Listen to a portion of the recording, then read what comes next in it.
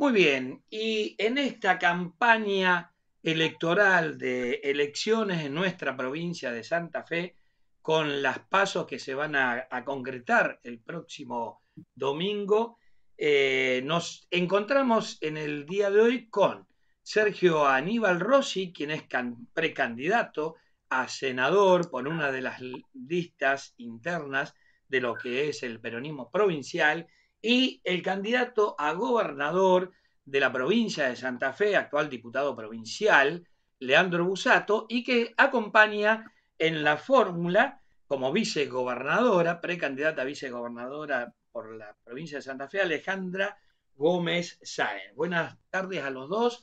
¿Cómo andan en plena campaña electoral?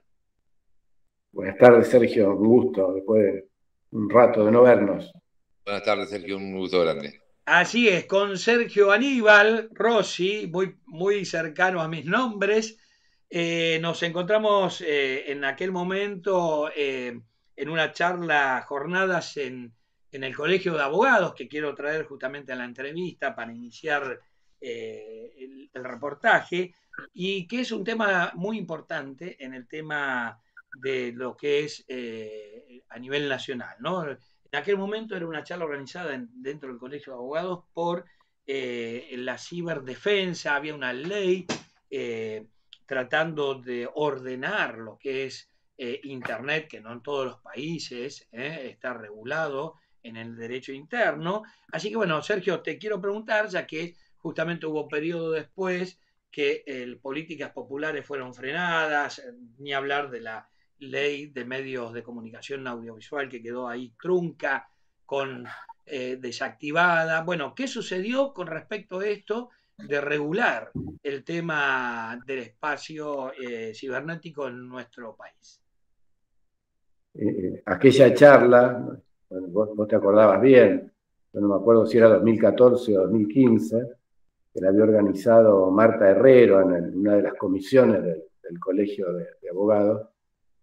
Nos invitaron a hablar sobre ciberdefensa, es decir, la dimensión militar del problema, porque en aquella época lo que se estaba debatiendo en el mundo, a iniciativa de Brasil, era la gobernanza de Internet. ¿Cómo hay que gobernar Internet?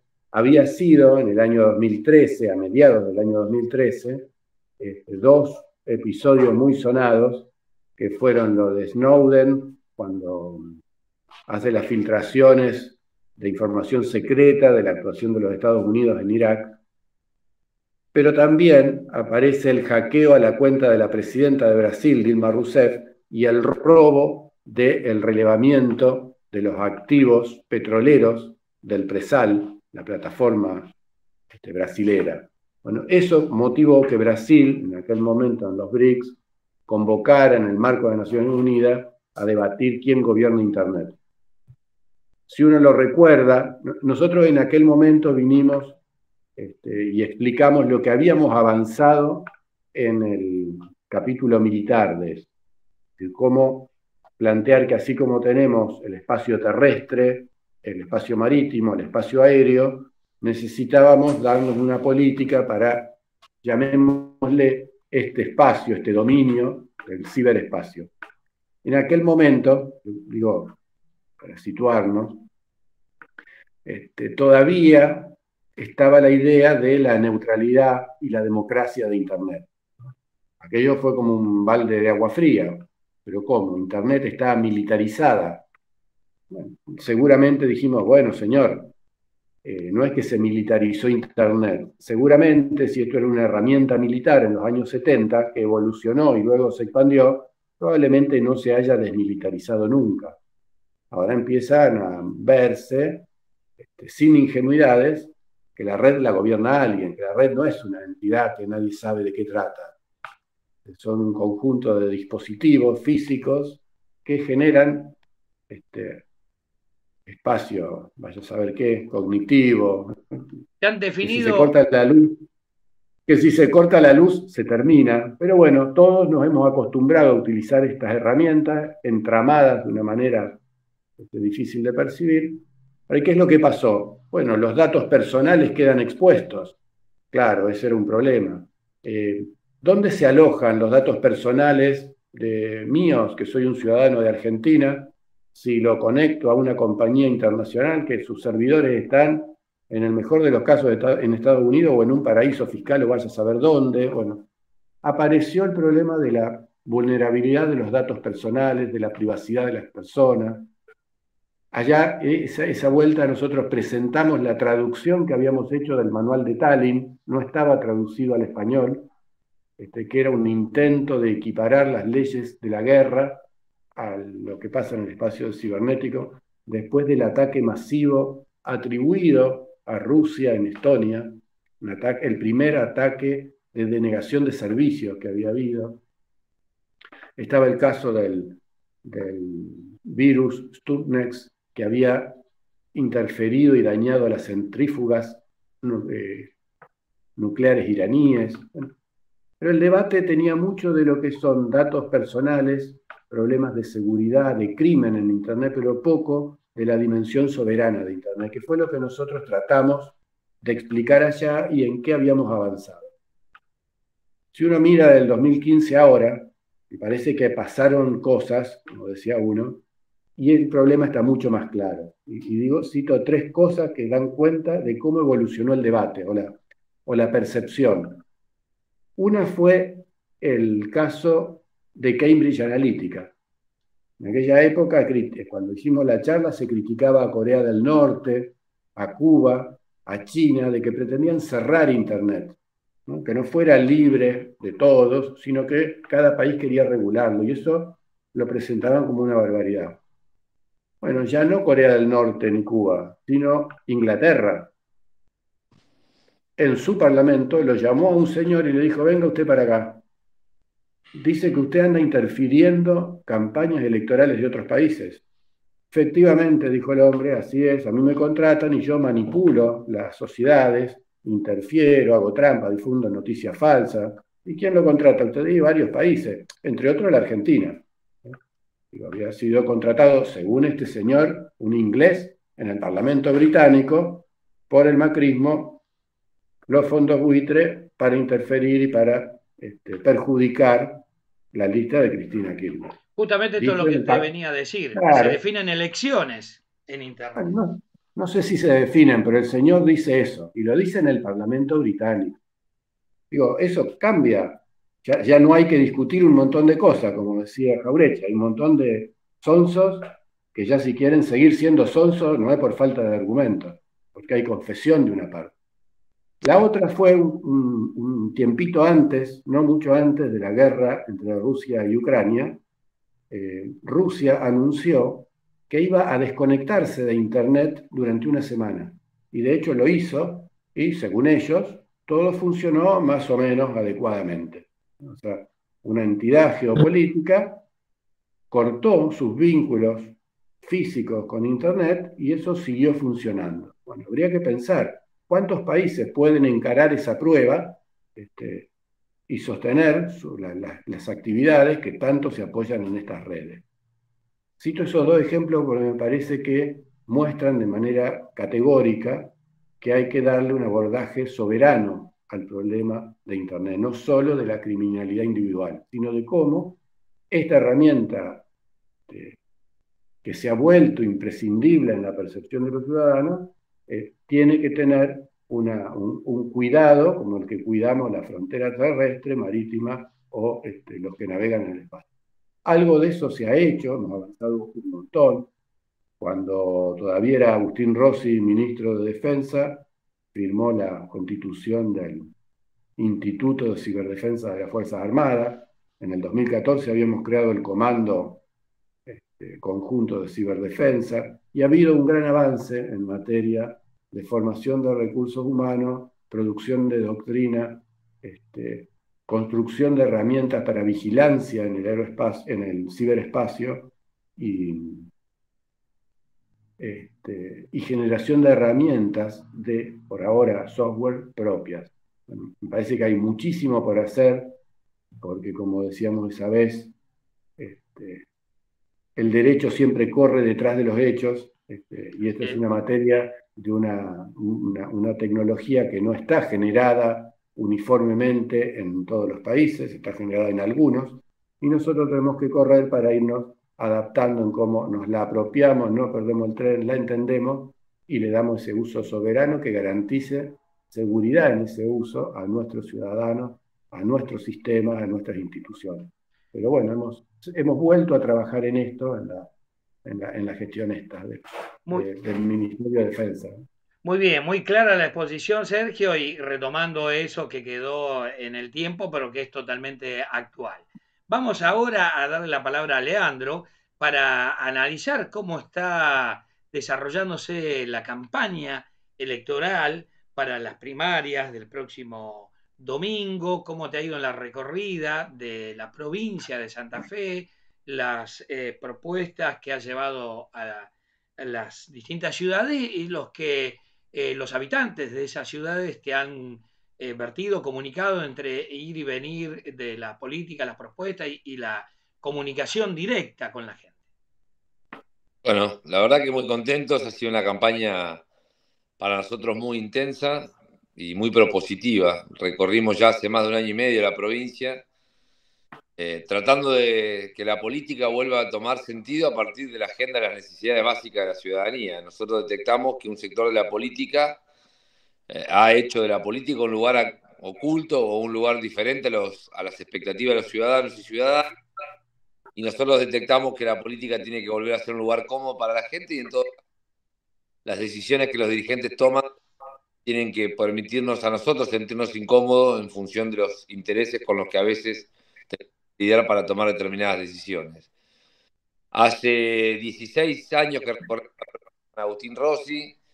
Nosotros somos una línea interna que en Santa Fe ha tenido siempre una mirada respecto a lo que el peronismo tiene que hacer, y en estas elecciones nos propusimos continuar con ese camino, llevando adelante una propuesta concreta, trabajar sobre 6 ejes bien definidos: la seguridad, la salud, la educación, la problemática y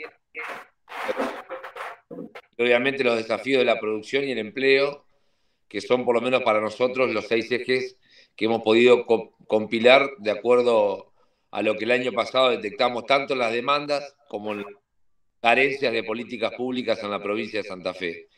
Y ha sido una campaña donde, a pesar de que los discursos del odio y el arrastre sobre la frustración predominan fundamentalmente los discursos de Juntos por el Cambio, nosotros hemos podido generar de la política una agenda que entendemos tiene que ser una agenda que aborde la coyuntura inmediata, pero también nos permita plantear el mediano y largo plazo, porque humildemente creo que estamos a discutir también los próximos 10 años de la provincia de Santa Fe, en un marco donde la Argentina también empieza a discutir los próximos 10 o 20 años, ¿no? Bueno, muy bien. Para continuar la entrevista con Sergio, quería, siendo candidato a senador por el departamento Rosario, tenemos justamente en nuestro río Paraná uno de los polos más importantes, los puertos, la cantidad de puertos de las ciudades de este cordón industrial, de la bota de la provincia. Y bueno, quería ver si habías analizado algún tipo de proyectos y demás acorde a esta cuestión de la evasión que se produce a través de las riquezas que se exportan, la triangulación, el caso de Vicentín, en la provincia de Santa Fe. Si habías estudiado algo de estos temas como para proponer desde de la Cámara de Senadores en caso de llegar. Me parece que es una cosa que con vos la hemos charlado cuando militábamos hace 40 años. No es nuevo. Ahí hay como muchos aspectos.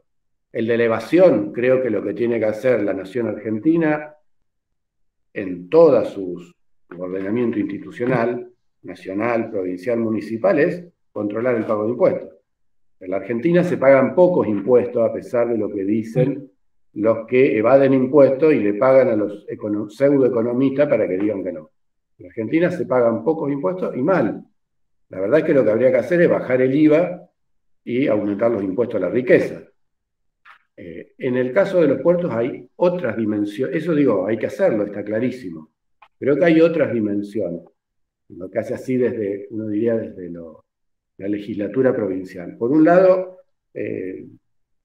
el compañero Busato ha presentado un excelente proyecto de ley sobre el impuesto inmobiliario rural, que de alguna manera busca abordar el tema, no desde el puerto, sino desde el primer eslabón, que es la tierra. Pero eso, bueno, seguro que lo cuenta él. Pero digo, ¿cómo empezó lo de los puertos? En todas las grandes ciudades portuarias del mundo, al crecer la ciudad se relocalizan las instalaciones portuarias porque empiezan a no coexistir con los usos residenciales de la ciudad. Desde Barcelona a Hamburgo, a cualquiera. En Rosario también. El problema es quién lo planifica y cómo se hace, quién lo paga y quién lo sostiene. Rosario tenía un plan regulador, un plan director que decía cómo debían funcionar, dónde los puertos y cómo debían relocalizar, cómo se tenía que completar el trazado vial y ferroviario. Ese plan se vulneró en la época de la dictadura militar, donde el primer paso, previo al incendio que algunos atribuyeron intencional de la Terminal 6 para desactivarla, se empezaron a instalar los puertos privados cerealeros al norte y al sur, en San Lorenzo, Puerto San Martín, Arroyo Seco, Alvear. Aquello se hizo, si no ilegal, cuanto menos de una manera no legal, con un decreto que sacaron en época de Martínez de Oz, mintiendo, torciendo el sentido de una ley que era para favorecer el acopio en los tiempos en que no había suficiente silo ni silo bolsa. Entonces decía que si un privado hacía una instalación de acopio, de un silo, al lado, a la vera de la vía del ferrocarril, para transportar después el cereal por tren, el Estado le cedía ese terreno ferroviario para que lo hiciera. Lo que interpretaron fue que los terrenos portuarios, por ser nacionales y porque el tren pasaba cerca, eran terrenos ferroviarios y permitieron que esas instalaciones que no eran silos, sino puntos de embarque, se autorizaran, vulnerando la ley de puertos vigente. Bueno, eso se hizo primero y se fue convalidando en los años después. Además de aquella decisión que impactó en lo urbanístico, lo que pasó es que se construyó esa infraestructura al servicio del gran interés exportador sin prever ni contemplar cómo se iban a adecuar la logística para eso. Entonces, el efecto más visible y grotesco de todo esto es, como no hay una playa para que los camiones, como modo predominante y no ferroviario, lleven el cereal al puerto, los camiones están un largo tiempo en la autopista, mal para el conductor, mal para el camionero, mal para el camión, mal para la autopista, mal para los que pasean por ahí, mal para los automovilistas. Y las grandes cerealeras, que fueron las que generaron eso, miran para otro lado, se hacen los desentendidos y le reclaman encima al Estado Nacional el dragado y todo eso, con cara de víctima. Bueno, eso tiene que ser tratado por el Estado de Santa Fe, por la legislatura, porque excede el marco de las competencias municipales. Se fueron de Rosario, que era una ciudad mucho más fuerte en términos institucionales y de recursos, a instalarse a las localidades más chicas, que terminan compitiendo a la baja, ofreciendo mejores condiciones para el capital para que venga, pero sin tomar ningún resguardo de planificación ni nada. Porque esas localidades habría que desarrollarlas en un plan armoniosamente concebido, quizá coparticipando los recursos que van de un lugar al otro. Uno podría, y eso pasa con un montón de otros usos. Creo que nosotros, para hacerla corta, tenemos que recuperar la idea que existió de la Prefectura Gran Rosario de tener organismos, normas, propuestas de gobierno metropolitano para los problemas que son de dimensión metropolitana. Y eso es un buen tema para retomarlo en el Senado, sobre todo los que son senadores por Rosario y por San Lorenzo, que son los que están sobre el hecho urbano Rosario, llamémosle, ¿no? Me parece que ese es un tema para abordarlo, igual que las otras dimensiones metropolitanas, ambiental, de vivienda, sanitaria. No hay que inventar nada, hay que repasar y modernizar cosas que se hicieron, se dejaron de hacer y que habría que retomar. Bueno, muy bien. Para terminar la entrevista, justamente tocando el tema de la legislatura, el trabajo legislativo, le quiero preguntar a Leandro cuál de los proyectos, ahí Sergio mencionó uno sobre el tema impuesto, cuál de los proyectos querés, a veces estando en la legislatura, obviamente no está solo las comisiones, proponer, la oposición, otro tipo de planteo. ¿Cuál de los proyectos que has trabajado querés difundir a través de nuestra página, de nuestro canal de YouTube? ¿Querés darle entidad en cuanto a ponerlo en debate de los que más necesita nuestra provincia? Bueno, yo creo que me quedaría con dos temas que además tienen vigencia plena en la campaña que venimos haciendo. Uno, que planteaba Sergio, respecto a la segmentación del impuesto inmobiliario rural, crear un nuevo paradigma, generando un proceso de justicia distributiva en términos tributarios, haciendo que paguen más los que tienen más y paguen menos los que tienen menos tierra.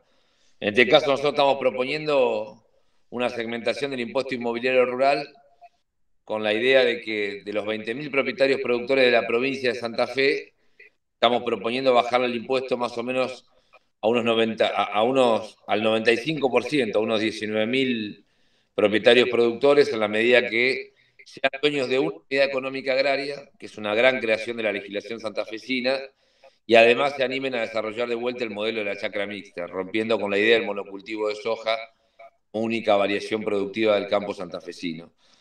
Paralelamente, además de fomentar, digamos, la chacra mixta y la vuelta de las familias agrarias, estamos planteando levantar esa caída de la pérdida de recaudación con una compensación a partir de una adicional a las grandes extensiones, que son básicamente un 5%, un 6% de los propietarios productores, que son obscenamente dueños del 60% de las 130 millones de hectáreas que tiene la provincia de Santa Fe.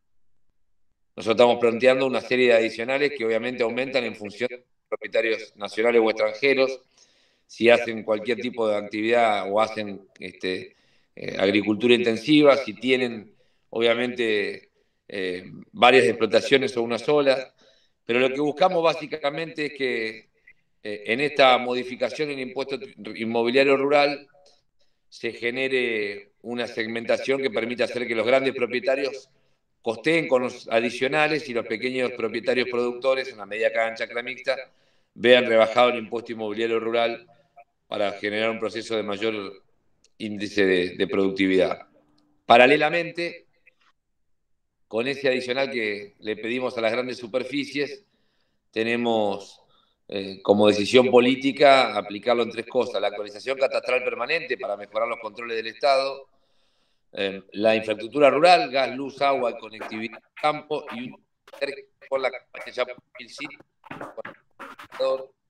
En aquel momento decíamos un pueblo, una fábrica. Nosotros estamos hablando de llevar actividades en pueblos de hasta 1.500 habitantes, que son unas 266 localidades de las 366 que tenemos, con la idea de generar trabajo y arraigo, que nos parece fundamental para descomprimir los escenarios dramáticos que vemos alrededor de los conurbanos, como el de Santa Fe o el de Rosario en la provincia.